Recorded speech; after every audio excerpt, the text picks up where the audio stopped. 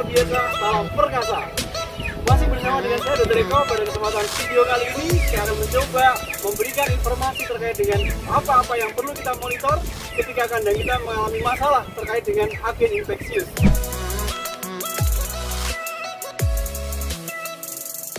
Agen infeksius tersebut bisa oleh bakteri, bisa oleh virus, atau bisa juga oleh protozoa. Dan ini harus kita mitigasi lebih rinci terkait dengan evaluasi yang menyeluruh. Kenapa hal-hal tersebut mengancam terhadap kesehatan ayam yang ada di kandang kita. Kenapa hal ini penting? Karena industri broiler sebagai industri biologis amat sangat mengacu kepada efisiensi maksimal ketika hasil akhir panen tersebut memberikan dampak yang baik terhadap pencapaian performa. Sehingga semua mitigasi terkait dengan hal-hal yang bersifat penurunan performa itu menjadi titik kritis yang harus difahami sebagai salah satu bentuk mitigasi awal agar mendapatkan performa yang optimal. Ada 3 hal yang harus kita review terkait dengan kasus yang muncul di kandang kita ketika sewaktu-waktu tidak sesuai dengan yang kita harapkan, entah itu penyebabnya bakteri, virus, ataupun protozoa. Yang pertama adalah berasal dari host pest-nya itu sendiri, berasal dari ayamnya itu sendiri. Kenyamanan ayam yang tumbuh dengan optimal tanpa adanya heat stress, tanpa adanya faktor cekaman stres yang berlebihan, maka otomatis dia akan mempunyai imunitas yang lebih bagus. Dia mempunyai ketahanan tubuh yang lebih optimal dan dia akan menunjang terhadap kondisi kesehatannya sampai dia dipanen. Namun ketika ayam dia merasa ada suatu hal yang berdampak terhadap kenyamanannya, ada faktor stres yang terlibat, maka situasi tersebut akan memberikan dampak imunosupresi. Imunosupresi adalah suatu kondisi di mana ayam dia tidak peka terhadap agen-agen yang bersifat imunogenik. Dia tidak begitu peka dengan agen-agen yang bersifat untuk menstimulasi kekebalan. Sehingga hal tersebut akan berdampak terhadap situasi yang akhirnya akan menyebabkan situasi ayam terrentan terhadap penyakit. Adanya host pest yang stres mengalami imunosupresi, maka titer antibodi hasil vaksinasi juga tidak optimal, sehingga ini menambah rentan ketika ada paparan kuman yang sangat tinggi di dalam kandang, atau ketika ada situasi challenge yang ada di dalam kandang dan penyebaran penyakitnya akan semakin luas. Hal yang pertama ini harus kita evaluasi di mana pertumbuhan dari minggu pertama menjadi salah satu kunci. Karena reaksi tanggap kekebalan di minggu pertama ini akan memberikan dampak tidak cuma di minggu pertama saja, namun kekebalan di minggu kedua, minggu ketiga sampai dia dipanen. Sehingga evaluasi terkait dengan ayamnya harus menyeluruh. Apakah ada situasi yang pencapaian minggu pertama tidak optimal misalnya? Karena minggu pertama yang tidak optimal menyebabkan respon kekebalannya tidak akan optimal. Ketika minggu pertama tidak optimal, sel-sel kekebalan tubuh juga tidak akan optimal, di mana sel kekebalan tubuh tersebut akan bertanggung jawab terhadap ketahanan ayam sampai dia dipanen. Faktor yang kedua yang harus dievaluasi adalah terkait dengan bibit penyakit itu sendiri. Kenapa ini penting? Semakin kita bisa menurunkan jumlah bibit kuman penyakit di dalam kandang, maka kondisi ayam kita akan terhindar dari cekaman penyakit yang ada di dalam kandang itu sendiri.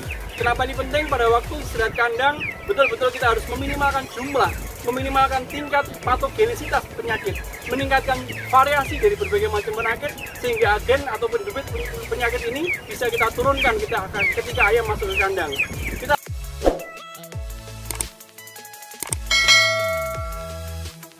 Kita harus mampu menurunkan bibit kuman penyakit sejak istirahat kandang, sehingga masa kosong kandang ini menjadi suatu hal yang harus kita perhatikan. Tujuannya adalah untuk menurunkan jumlah total inokulum dalam suatu kandang tertentu. Harus bisa kita juga upayakan bagaimana masa istirahat kandang itu maksimal mungkin. Dengan masa istirahat kandang yang maksimal, di mana downtime dari masa kandang situasi sudah kandang bersih, itu minimal diharapkan 2 minggu. Sehingga dengan 2 minggu kita bisa menurunkan jumlah agen penyakit, bisa menurunkan variasi jumlah penyakit, dan yang tidak kalah penting adalah menurunkan tingkat patogenisitas penyakit agar tidak menyerang ketika ayam tersebut masuk ke dalam kandang. Nice. Kemudian faktor yang ketiga, ini erat kaitannya dengan lingkungan. Lingkungan di mana ayam dipelihara harus dikondisikan sedemikian rupa agar bisa mendukung potensi genetik yang dimiliki. Ketika kita berbicara masalah lingkungan, ini aspek manajemen menjadi titik kunci, di mana kita harus menyesuaikan sedemikian rupa agar lingkungan di mana ayam itu tumbuh bisa optimal. Tentunya antara kandang open, kandang tunnel dengan close berbeda lingkungannya, sehingga pola tumbuhnya juga akan berbeda. Dan hal tersebut menjadi suatu hal yang harus kita evaluasi ketika kita menjumpai masalah terkait dengan tata laksana manajemen kita.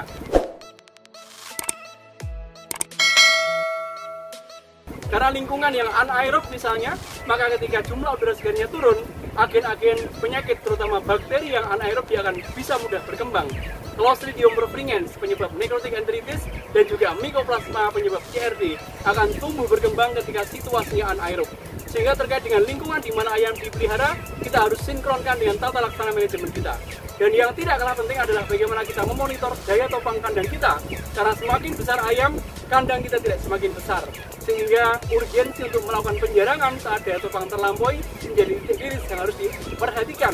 Sehingga harapannya dengan termonitor dengan baik, maka pola tumbuh ayam tetap akan optimal dan ayam akan minimal level stresnya. Sehingga dengan level stres yang minimal akan memberikan dampak yang baik terhadap imunitas yang dihasilkan. Dengan demikian, ketiga aspek yang sudah kita sebutkan, baik dari si ayamnya sendiri, dari si cekaman penyakit yang ada di dalam kandang, ataupun dari tata laksana manajemen yang berhubungan dengan lingkungan, harus betul-betul kita perhatikan. Karena ketiga faktor tersebut akan saling berkaitan ketika kita melihat dalam sisi perspektif outbreak-nya suatu penyakit atau wabah penyakit dalam suatu lingkungan atau dalam suatu kandang.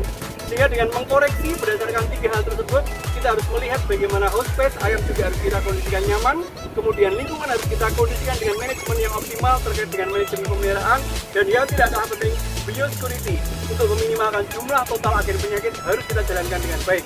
Sehingga pendekatan solusinya juga harus mengacu kepada tiga hal tersebut. Simak video ini sampai akhir. Terima kasih. Assalamualaikum warahmatullahi wabarakatuh. Dengan demikian jelaslah bahwa mitigasi resiko terkait dengan agen infeksi akan selalu mengacu kepada tiga hal. Yang pertama adalah bagaimana kita memonitor kenyamanan ayam itu sendiri. Yang kedua, pelaksanaan biosecurity untuk meminimalkan dampak dari agen penyakit yang infeksius.